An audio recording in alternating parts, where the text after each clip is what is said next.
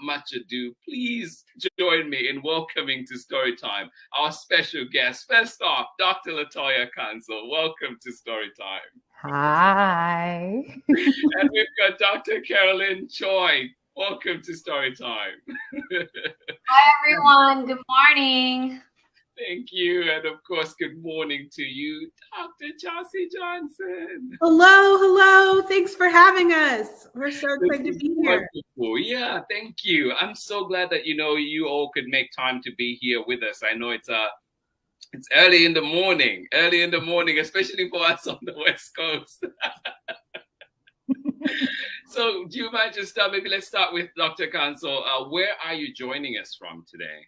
How is it? It's very windy out here in Oakland. It is rainy out here in Philadelphia, so a little overcast. I'm joining from Philly, y'all. Yeah. Go Eagles. Tough weekend last weekend. Yeah. Talk about it. Dr. Chelsea. I'm calling in from the Midwest, Minneapolis, Minnesota. We're 10 degrees out here. Oh, I'm cozy inside. No, 60, and I'm thinking it's cold out here. How about you, Dr. CAROLYN? I'm calling in from sunny Los Angeles. It's been very, very warm, and I'm cozy inside and out. Well, welcome all of you. Thank you so much for being here with us again today on Storytime. And please do follow Intersection Allies so you can keep learning more from these wonderful women that we have here on Storytime. And talking of which, we have this brand new book, this brand new baby that we're celebrating here today, Love Without Bounds. Before we even go into talking about Love Without Bounds, I have to talk about Intersection Allies. We make room for all. So how did this idea come up? Anybody that could take it? Well, we came together while we were in grad school at the University of Southern California.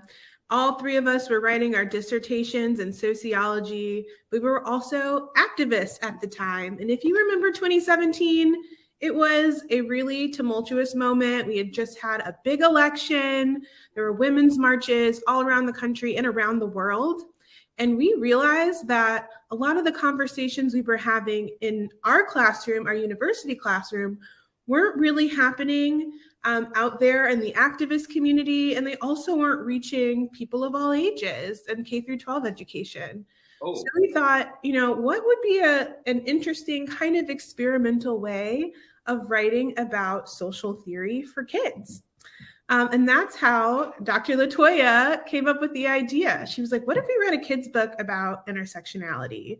And Dr. CAROLYN and I were like, yeah, that sounds amazing. How do we do it? So it ended up being an experiment of being first-time authors, writing for a new audience. But we found that it really met the moment for years to come as different events around the world, different refugee crises, George Floyd in 2020, the pandemic, the book was ready and waiting to help parents and teachers have tough conversations with their kids in a meaningful way. So that's how Intersection Allies got started. And before I come to you too, Dr. Council and CAROLYN, just wondering too, when you mentioned, Dr. Chelsea, you mentioned those conversations not happening in certain classrooms, in K-8, K-12 education. We were struggling. Like, we wanted to have those conversations, but I think because of a combination of factors, either lacking the language to have to share with the kids, and so on. And so it was just like people at times were sharing articles, like, oh, here's an article you can read, and how can you talk to kids about it, and so on. And so trying to decipher that and, bring it down to the level of kids without losing the importance, the information that it's carrying, without diluting it. And so, I wish I had Intersection Allies at that time, but I'm glad that it is here now. And for you, LATOYA, I know that, you said you had this idea. Why did you think writing it with others would be better than just going about on your own? Well, anyone can have an idea. Thank you for that question, but it really takes a whole bunch of skill sets that honestly just one person doesn't have, right? I could say, yeah, write for children because I've worked in like a lot of children's spaces. I was in summer camp for 8 to 10 years. And like, I really am always around youth. They're vibrant. So I could say, you know, yeah, let's write a children's book, right, for all ages. But artistically, Dr. Chelsea has that, right? Ability to do research and bring in that research level to the book. That's Dr. CAROLYN. And so an idea is great, but I'm also a feminist, right? I'm a Black feminist. And the way I was taught about doing these types of things is it's better to do it in sisterhood and in collaboration with others, right? Mm-hmm.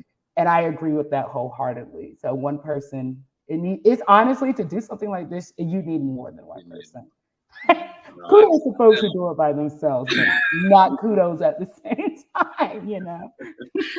And for you, CAROLYN, how did it feel when this idea was sold to you? Because we can say no to ideas, right? Or, oh, this is outrageous, this is whatever. But like, what sold it to you? Well, actually, it was an idea that organically came out of us being in discussion and conversation with each other in our feminist classes. So we were taking feminist theory together and we were going to conferences, feminist conferences, and then just kind of feeling a little bit of a gap where we were having these vibrant discussions in these academic conferences, but that it was really like missing in translating this for the broader audience who really needs this right now, right? And so it was an idea that like came about really organically. We were all thinking about public sociology, which means like being able to share sociological concepts, understand our positionality, you know, our origin story, putting that all into context with social structure as well as identity, right? And so for us, it was all about, you know, like how can we be able to like bring this to everybody, right? Like this is super useful. As you said, Mr. Limata, like if we had this growing up, it would have been so perfect because we would have been really empowered, right? And we would have been able to see that we were not alone and that, you know, we have a whole community and a village out there, you know, and I grew up during a time of zero social media and just AOL. So, you know, like I was really isolated.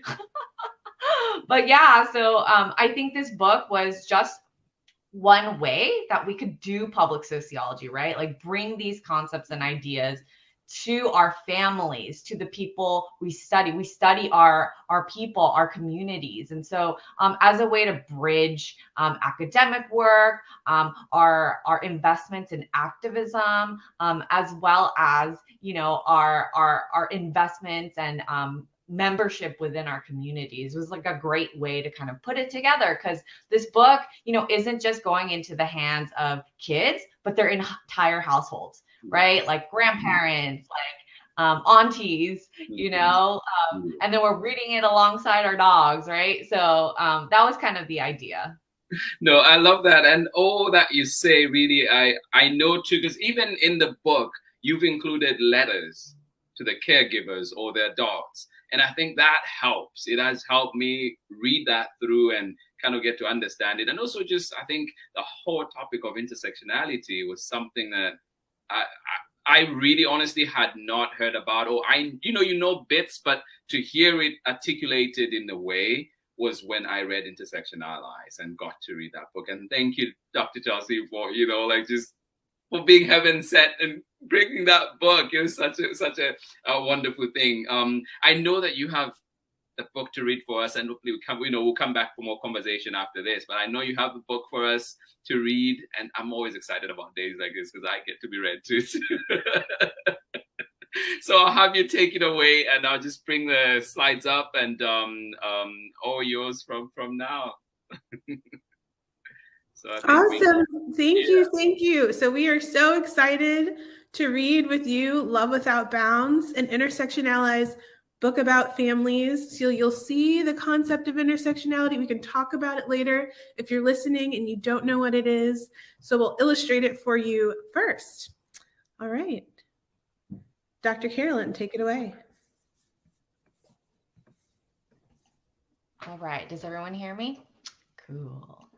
So this book is about your peeps, your crew, your folks, your kin, your chosen few. Everyone has a family, but each is special, as you'll see. Yours and hers, his and theirs, some big old group, some tiny pairs. No matter the size or situation, it's love that serves as the foundation. Some families include more than a few. Some families are just teams of two. Grown-ups and kids, moms and dads, all families are lovely if love's what you add. My fam is mom, mama, and me. We're a nuclear family. Mom sings me songs, mama tucks me in. I feel their love through the time we spend. Our dearly beloveds have gathered today to witness my parents' wedding day. My wise abuela, my sneaky pet cat, my out-of-town auntie, so flying her hat, friends who hug and primas who play, siblings, uncles, and neighbors, hooray! A joyous feast in celebration of a family on the cusp of creation. The beat of the music, laughter surrounds. We are a family. We love without bounds. My folks told me the coolest thing. Next year, I'll have a new sibling. What will they like? How will they be? Will everything change when it's not just me? One thing's for sure, I'll do my part and share the love that's in my heart. And when the baby starts to grow, I'll teach them everything I know. Through thick and thin, through lows and highs, siblings can be the best allies.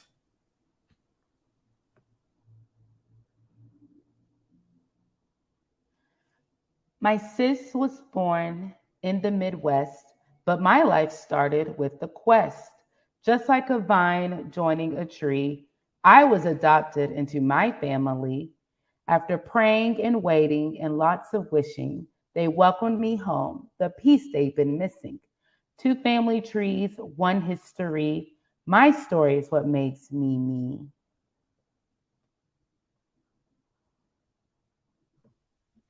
In my loving family, 2 legacies created me. When flower buds start to appear, our freedom holidays are here.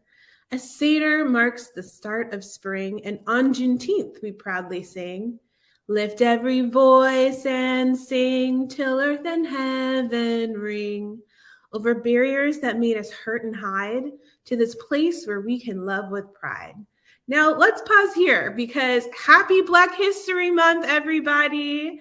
Here we have one of my favorite holidays, Juneteenth. So this page is all about traditions, and one big tradition in my family is celebrating Juneteenth, the day when some of the last enslaved African Americans in Galveston, Texas, learned of their freedom over 2 years after the Emancipation Proclamation was signed. So now every year, my husband and I invite all of our friends over to Minneapolis for a weekend-long celebration of Black joy. So I know many of you might have traditions in your family that you hold dear.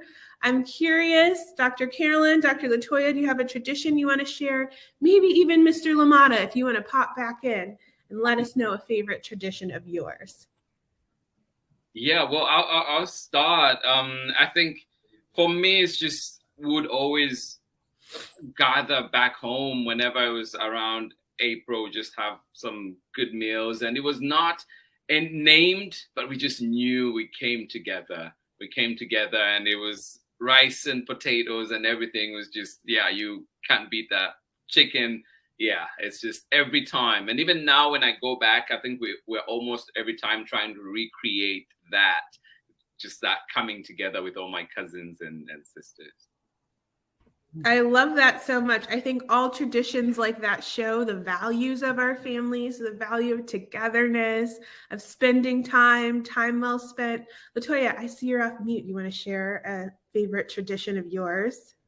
Yes, so every Christmas or like December, my family's really into popcorn. And so we will always eat popcorn together over Christmas. That's like our big family snack. I love it so much. I love it. Well, before we move on, I do want to mention Lift Every Voice and Sing.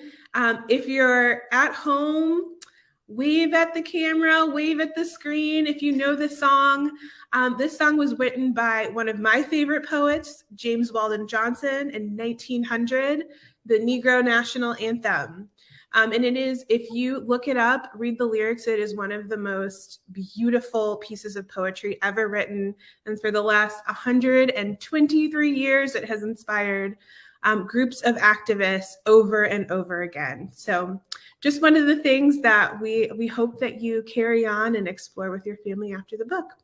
But without further relation, what did you say? any relation with Johnson? I hope so. I hope so. If a little bit of that brilliance can rub up onto me, I would love that. But you know, I've got probably one of the most common names in the history of this hemisphere. All right, I'll leave you to it. All right, let's keep going. With each generation, our love compounds. We are a family. We love without bounds.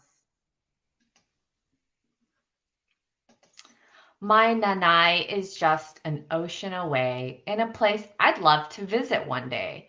When the sun sets here for Grandma and me, it's tomorrow across the big blue sea. Ding dong goes the sound of our video chats. We goof off and giggle in our matching hats. Some people might think if a parent is gone, their love and care has also moved on. But the biggest love a parent can give is a sacrifice so their family can live. They had deployed my dad to a faraway place, miles from our home here on the base. We watch the news both day and night. I whisper, "Daddy, I hope you're all right." We've got each other, but my whole family misses the warmth of his hugs, the itch of his kisses. We march and pray for the wars to cease so all of our families can live in peace. Congratulations. Come take your degree. You've graduated from Ally Academy. So I move my tassel from left to right, throw my hat in the air and smile bright. A bus ride away in a distant town, a big part of my world jumps up and down. When I hear his voice, I wipe a tear. Today was perfect, except I wish Dad was here. He's my biggest cheerleader, and bottom line, this achievement is his as much as it's mine. So we're going to pause here for a minute, and we're going to do some little reflection. So if you've noticed, the last 3 pages that we read to you, we're talking about families who are trying to find ways to love across space and time, right? And so those are other different family forms that we want to honor and make sure that we show in the book. And in this page specifically, you have someone who's trying to figure out a relationship with their dad while their dad is incarcerated in jail. And that's really, really hard. And if we think hard, we can relate to some of these experiences because we just got on in a different phase of COVID-19. And if we can remember, we all had to figure out ways to show up for family across space and time with the pandemic.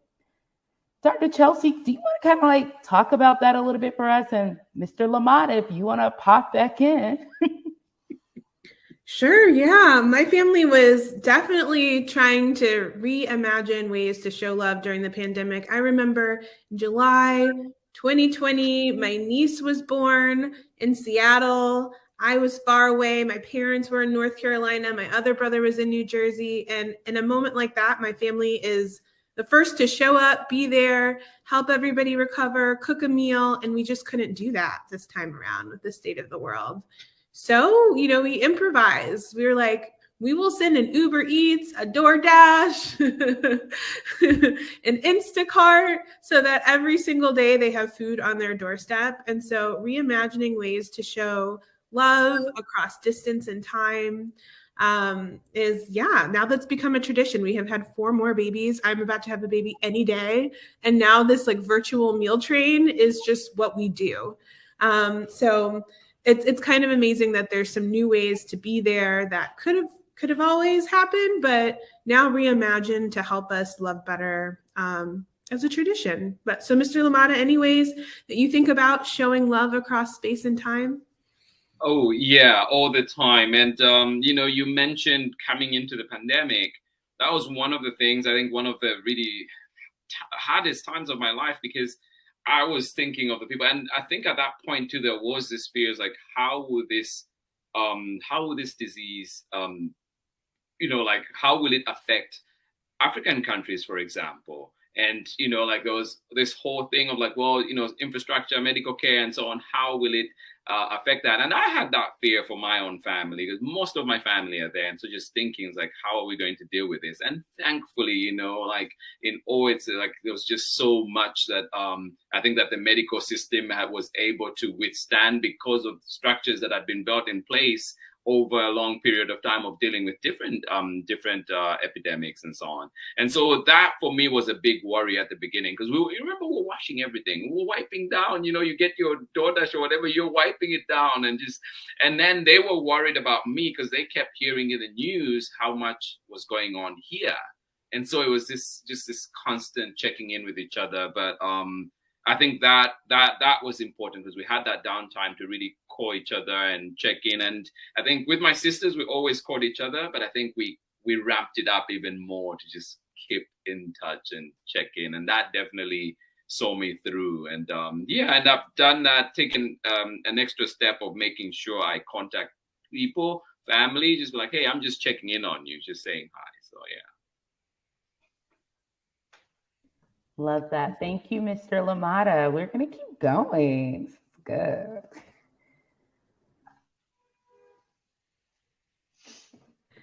Some families like mine change over time. When my dads got married, our families combined. My bonus dad came with kids of his own. Who would have thought I'd miss playing alone?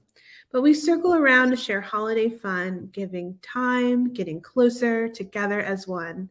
Families evolve. Who we love can too. We cherish the old and welcome the new.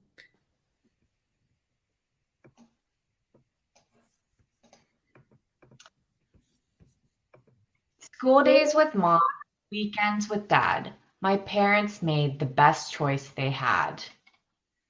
When they split, everything changed. In fact, my entire life rearranged.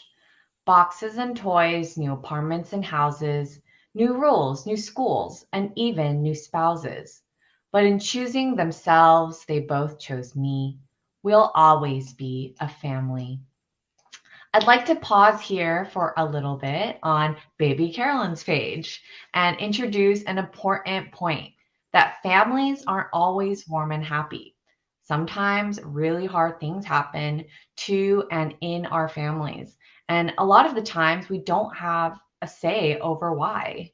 And so a little bit of background behind this page. My parents got divorced when I was young, and I mostly grew up with my mom and my younger sister. And growing up, I used to feel ashamed about my dad not being in the picture. But it was actually later in life, during COVID, as well as the writing of this book, that we ended up reconnecting in a really special way. I got to be there for him during a really difficult period in his life when he was diagnosed with stage 4 colon cancer.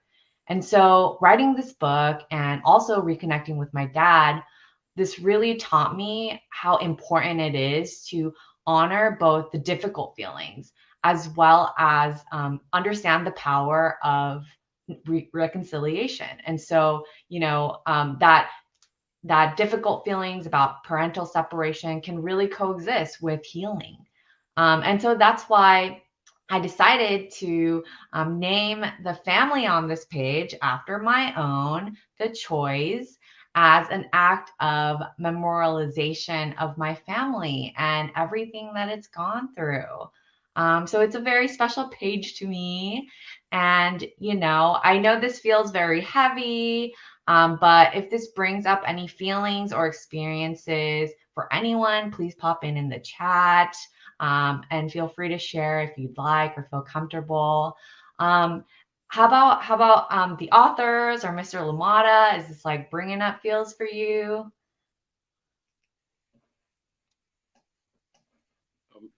I feel like I should let Dr. Kansa and Dr. Chelsea say something. Yeah, I mean, definitely. I think what you might have seen on a couple of the pages, so the page before about a blended family, the page with a new baby, is that all families change and evolve over time. Families grow, families rearrange, families shrink, and all of those can bring up big emotions.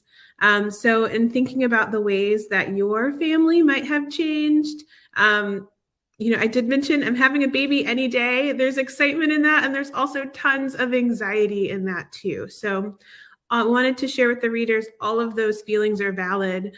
Change is hard. But as Carolyn's story showed, like change also opens up new opportunities for relating to our family in new ways. So both of those things. Yeah, for me too. I think like definitely feelings come up. I grew up with my mom, and but I think even if I had to choose, I would not pick a better parent. Like she was just like, my mom was independent early, and I think she ran her household that way, like really instilled a sense of independence, but still with structure. And it was just so much that I learned from her in terms of just self-discipline and being true to yourself, and so much that I think I got to have a great relationship with my dad, but I know that I think I am very much my mom's child, and so much that I do is shaped that from that. So yeah, as you were saying that in here, and I remember too as a kid feeling, because everybody would talk about, having both parents or this, or, like even just seemingly having, better things at school, whether it's better shoes or what's in like better shoes and so on. And you're thinking like, wait, but there's only one income where I come from, and we can't afford that. But, like there's so much more that I gained from my own family that I think I wasn't focused on at that time. And now that I get time to look back, I'm like, oh, wait a minute, I had so much more to offer. Oh, that's beautiful. I'm also my mom's kid.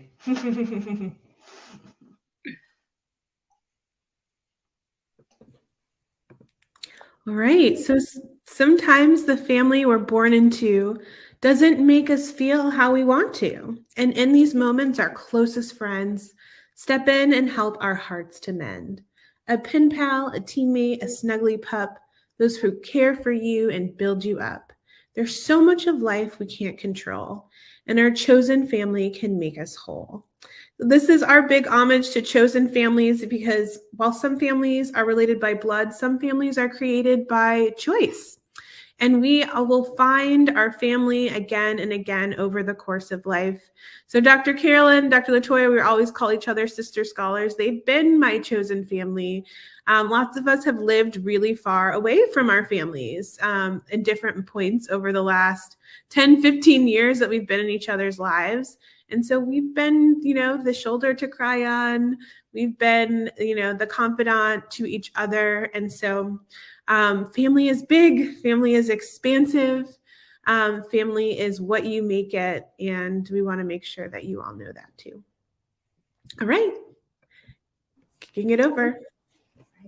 There are times we must tell our loved ones goodbye, and often too early, their souls meet the sky. We honor the moments we spent together. Through our memories, they live on forever. With a keepsake or a walk to their resting place, we remember their love, their laugh, their face. Watching over us each day and night, our ancestors are our guiding light. So we're just going to pause here for a quick minute to do like a little reflection, a little check-in. And we're going to talk about a really heavy topic, the loss of a loved one. It's not easy in some cases. In other cases, we might not feel sad. We might feel a little like, okay, all of those emotions are valid, right? We have different, as We just learned with chosen family. We all have different relationships with family members, and that shows up in death too, and how we the emotions and the responses we have with losing someone. And all of that's important. There's no one way to feel about losing a family member. A fun fact about me, I don't have parents. Both of my parents are dead. My dad died when I was 3, and I didn't really know him. I heard his voice for the first time in a video in 2021. And my mom died when I was 18 years old, 2 months into my Spelman experience. Dr. Chelsea remembered when my mom died. And it was really, really hard. And so I honor them because I know they're my ancestors, and I know they're always watching over me and with me. And then I have an extended family that just pours into me all the time. And I have friends who are like family that I can go to as well. And so, if you're feeling this way, if this brings up something for you, that's okay. Talk to the folks around you, journal about it, take care of yourself. Anybody want to respond really quickly? Any thoughts from the crowd on the screen or Mr. Limata?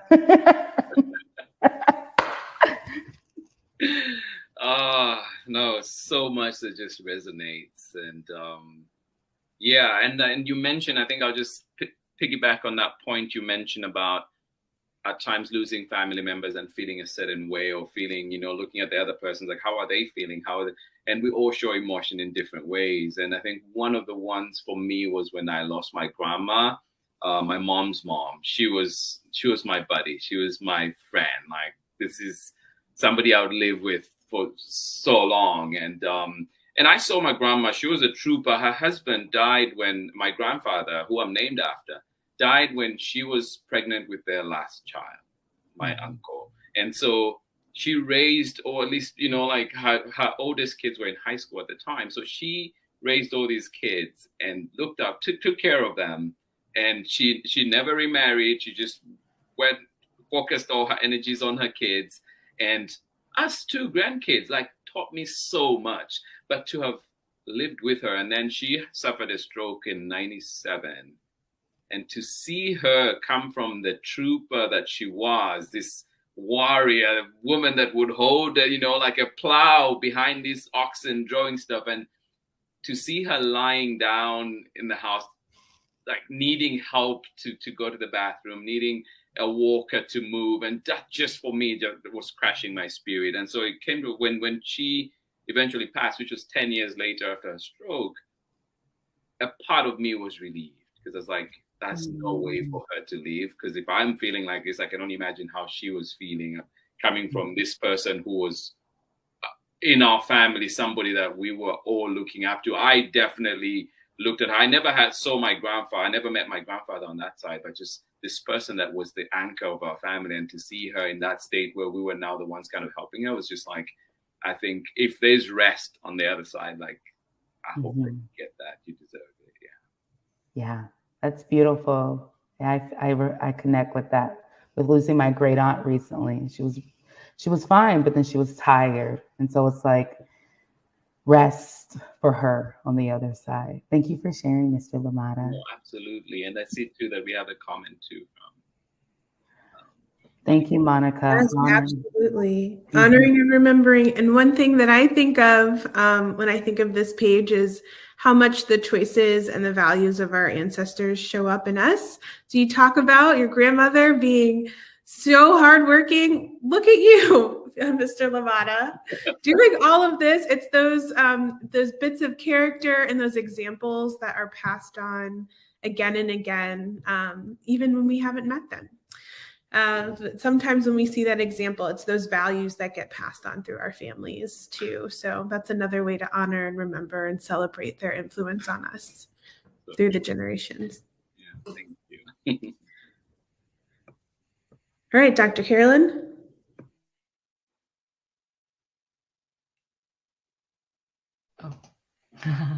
All right. So there's no perfect family form. No family ever fits the norm. Although bullies and laws can make us feel shame, every family is important and no two are the same. So what does family really mean? They're the people who love us and make us feel seen. The folks who give us time and care by sharing with us and just being there. A shoulder to lean on, a space to be free. Whoever gives us that is our family.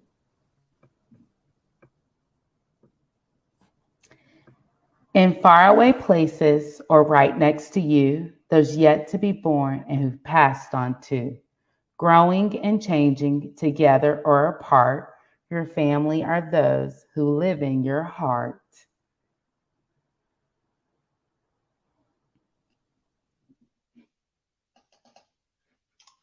And can we say this all together? To the loved ones we miss. And the new kin we found. We are a family. We love without bounds. Yay. Yay. Thank you so much for reading the book with us. And thank you, Mr. Limata, for participating. No, that is just so powerful. Absolutely powerful. You know, I love the first book. And it's always, I get a sense now of what people say when they're like, no, you cannot love one child more than the other. Like, now I'm in love with this book too. But I really mean that. Like, there's just such powerful messages in here. And, you know, to just kind of get us into the next step where we talk a little bit more about the book. Dr. Korb here, Michelle Korb, she's my professor, actually, science professor in my education program, and a mentor for a long time now, and great musician too. She says, this is so incredible. You know, you're bringing together such incredible messengers. And I want to stick to that word, messengers. What is your message? You are messengers and you're bringing us this. What is your message?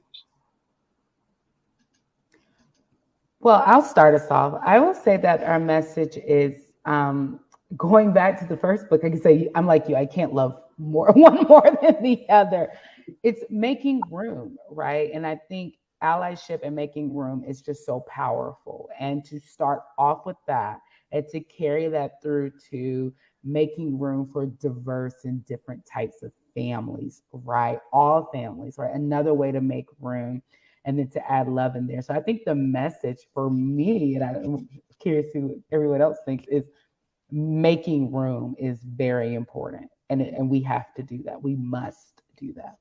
Yeah, love that. Dr. Chelsea? I love that. Oh, sorry. Oh no. Yeah, I love that too. Yeah, making room. This book is about making room to create conversations around families. Right. And also the title of the book, Love Without Bounds. Like, what does this mean? You know? And for us, what that meant was loving despite the barriers, despite the biases and the stereotypes that are around us. Right.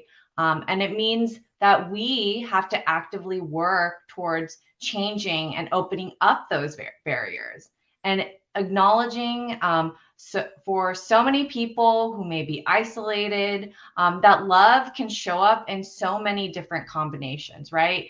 Through our chosen family, our blood family, our CLC family, our Mr. Limata family, our pets, right? And so we really want to encourage readers to love without bounds, and really inspire the next generation of young folks to respect difference, lead with compassion, and actively work to create more loving communities, where a lot of people don't feel the need to hide anymore, and hide who and how they love. So that's really what we mean when we say that we're loving without bounds. So I just wanted to add that.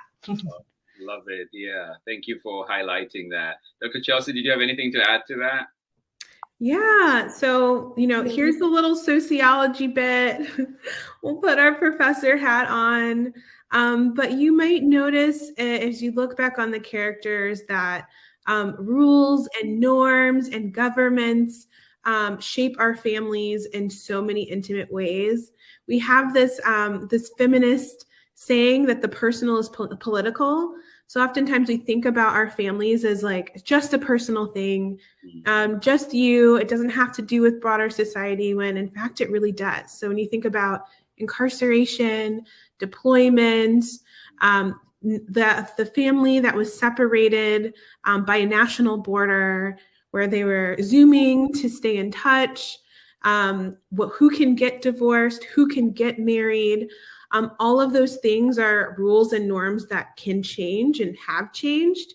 So if you think back to the page where we sang the Negro National Anthem, Juneteenth, the Mayo Sachs family, the word loving on that page was capitalized and italicized to remember Richard Loving and his wife, Mildred Loving, who challenged the Racial Integrity Act in Virginia all the way up to the Supreme Court and made it so interracial marriage could be legal. And it really wasn't until just a couple months ago that the Respect for Marriage Act was passed and codified that into the Constitution.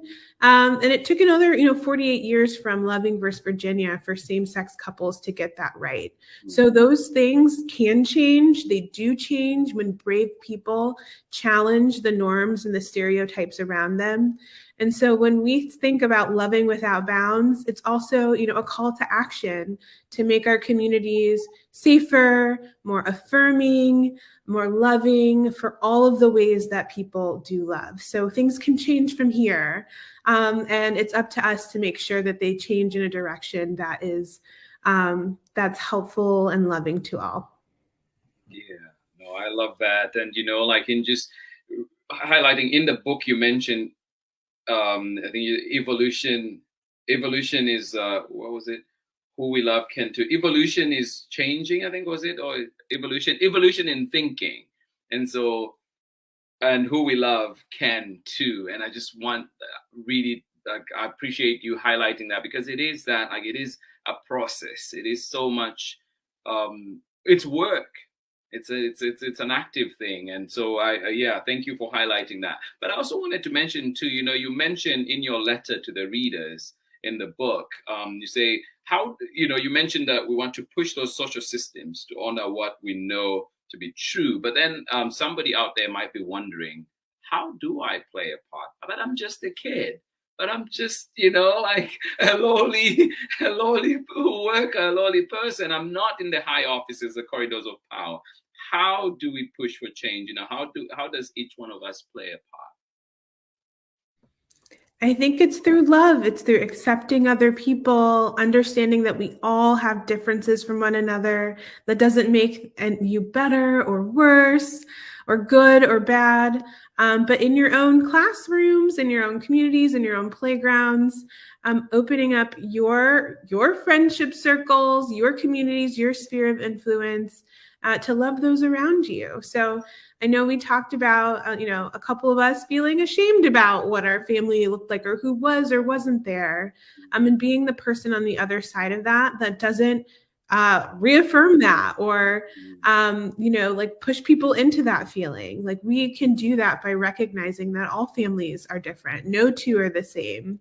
And we're not striving to be the same. We're just striving to be loved and respected and included. So, your sphere of influence, your classroom, your sidewalks, your playground, those are all spaces where you can actively show loving without bounds to those around you. True to that. Anybody want to add anything, Dr. Caroline, Dr. LATOYA? Yeah, and this just this dovetails with the concept of making room. In one of our elementary school talks, we had a conversation with a girls school 4th grade classroom where they were making room, making people feel seen and comfortable by challenging the dress code. And so that's kind of one of the ways in which we can show respect towards one another, and we can make them feel comfortable, and we can include them as a part of our classroom family so that nobody feels left out, right? And so those are kind of the concrete ways in which young people can see themselves as active agents in you know, making room as well as creating that sense of community in any space they enter. Mm. Yeah, that's so true. Dr. LaToya, anything? I just say this is good. This is good. I agree with you. And just also too, you know, like you mentioned, I think it was Dr. Chelsea, you mentioned brave. You used the word brave in response to one of the questions. And I was just wondering too, in that, you know, you talk about adoption. And I remember too, even just thinking about when I was growing up, all we thought about adoption was, oh, it was some poor kid that needed a loving family, and not thinking about it in a more, you know, like in a way of how these relationships were about. These families came together. You just thought of it in one way, where it's like, oh yeah, this is like this. Oh, this poor kid. And so just thinking, like you mentioned adoption there, and you know, like I appreciate you for normalizing it, talking about it in this book. And then you also mentioned school days, I'm with mom, weekends, I'm with dad. And we know that families are, oh, you know, like they're different. So, and then, you know, you mentioned my dad. You know, I'm with my mommy and my mama, and you know, like all these diverse families.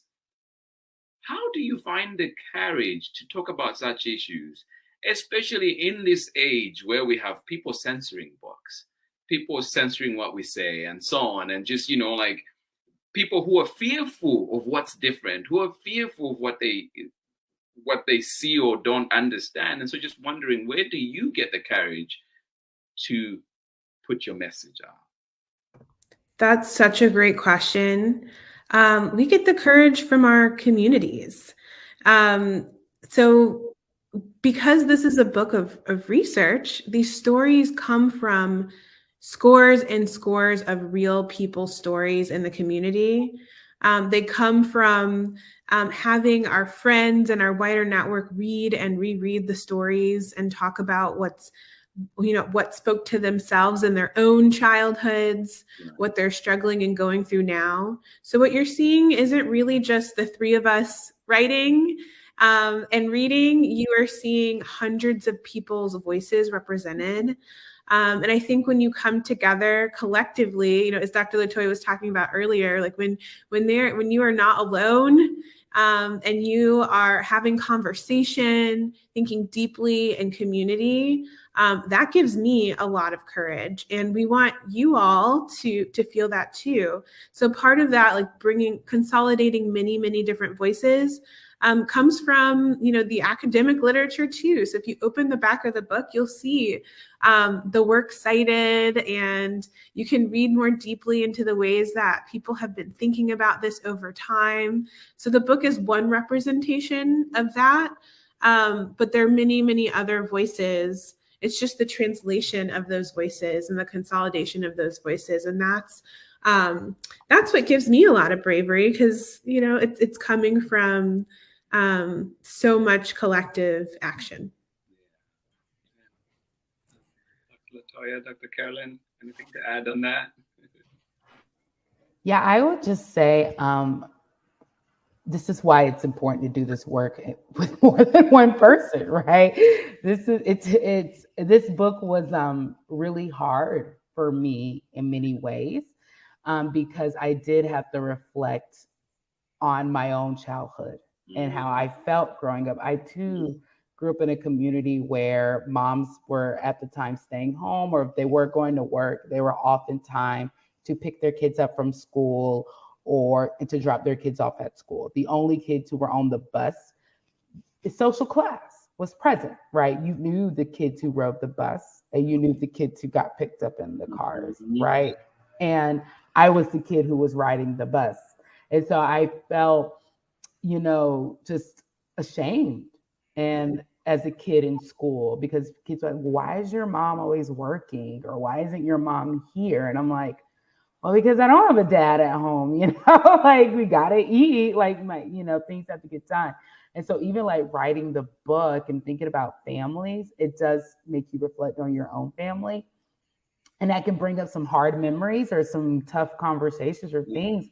And it's so good to do that work in a group, especially if you're if the goal is to honor all family forms, right? And like Dr. Chelsea and Dr. Carolyn said, there's no perfect family form. And we're not striving for all families to look the same.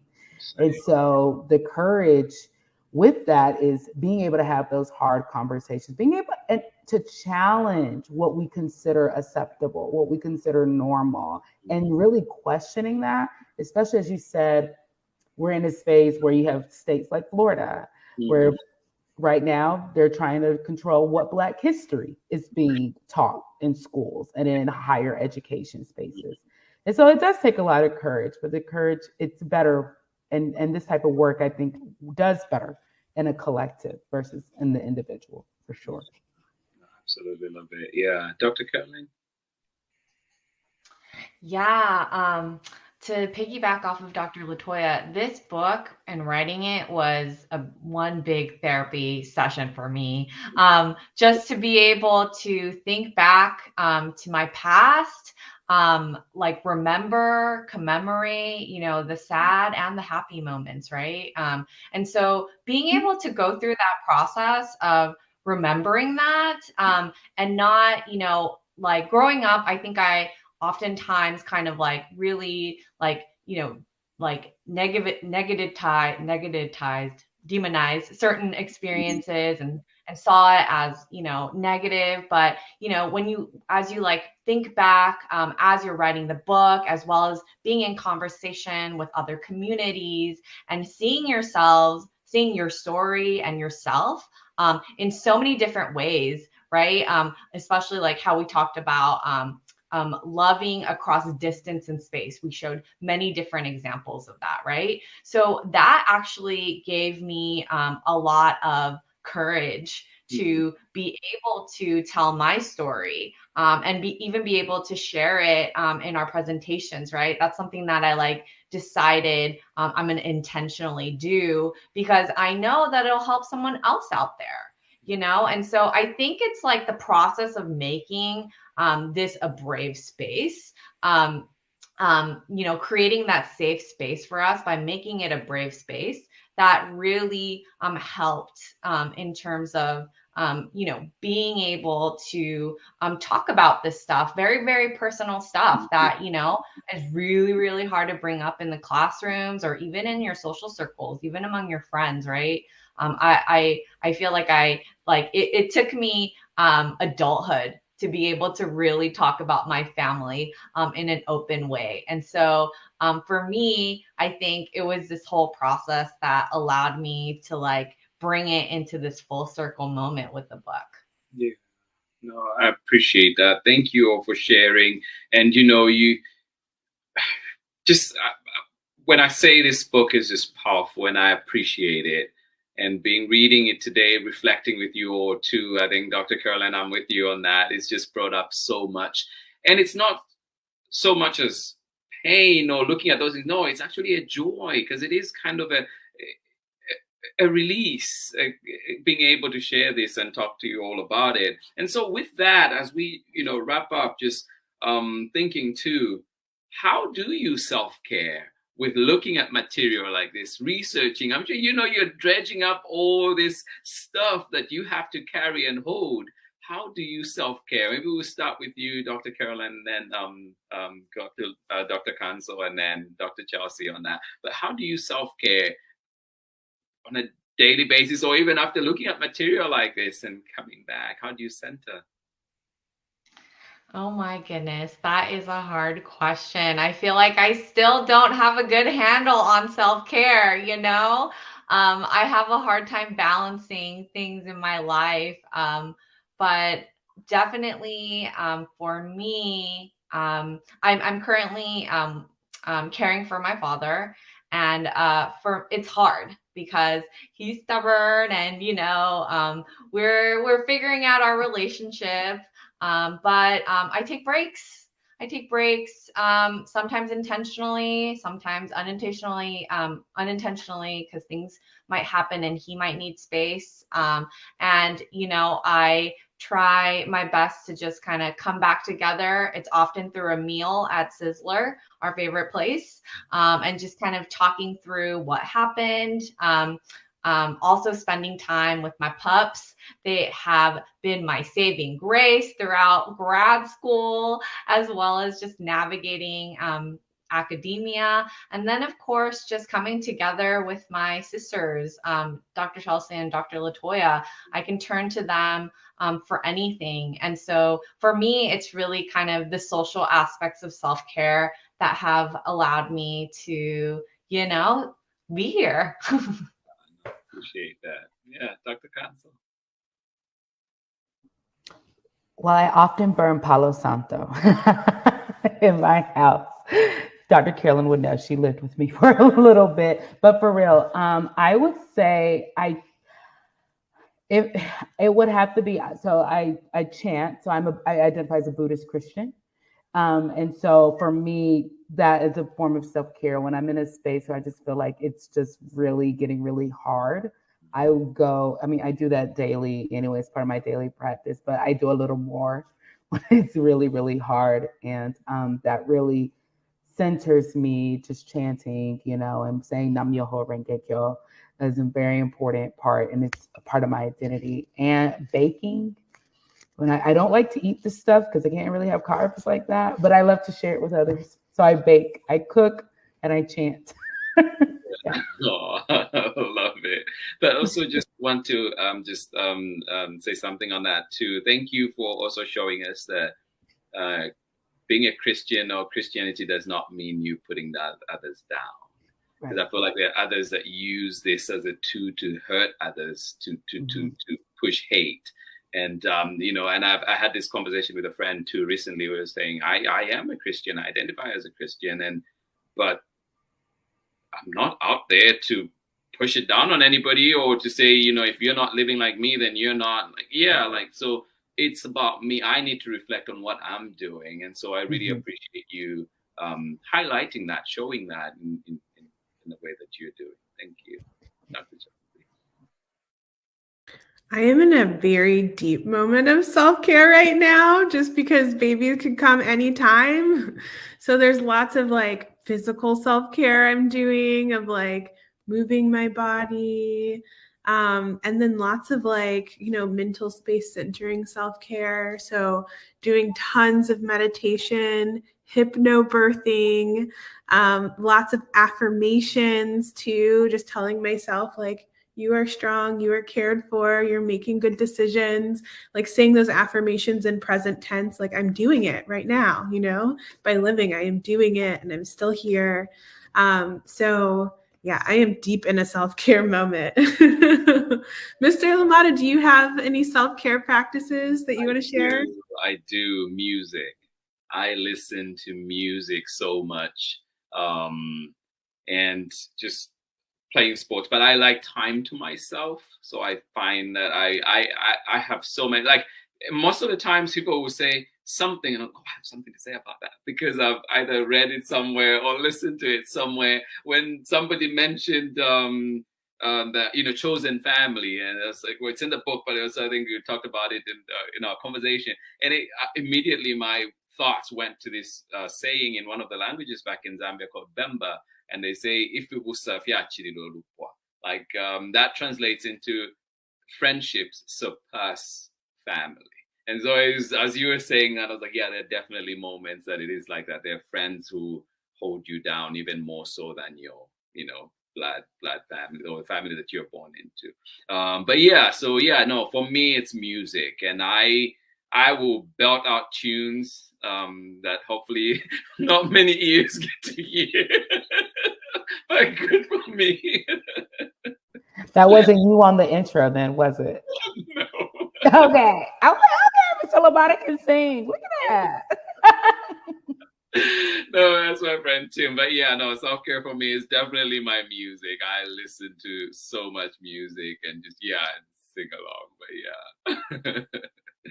Thank you for that. And thank you for sharing that. And just before we go to just a quick reminder to everybody that was joining us today and those that will join us later on, that we did have the amazing Dr. Trio of Dr. Chelsea, Dr. LATOYA, and Dr. CAROLYN here with us on Storytime, talking about their brand new book, Love Without Bounds, an Intersection Allies book about families. So please find these copies at your local library, or indeed, if you're able, find them where you find books. Thank you so much for joining in. And also remember, too, that you can follow them at these handles. You can find them, of course, they are the CLCcollective.com. And you can also find the book at DOTTIRpress.com, Love Without Bounds. So please go there and find the book. And of course, you can also follow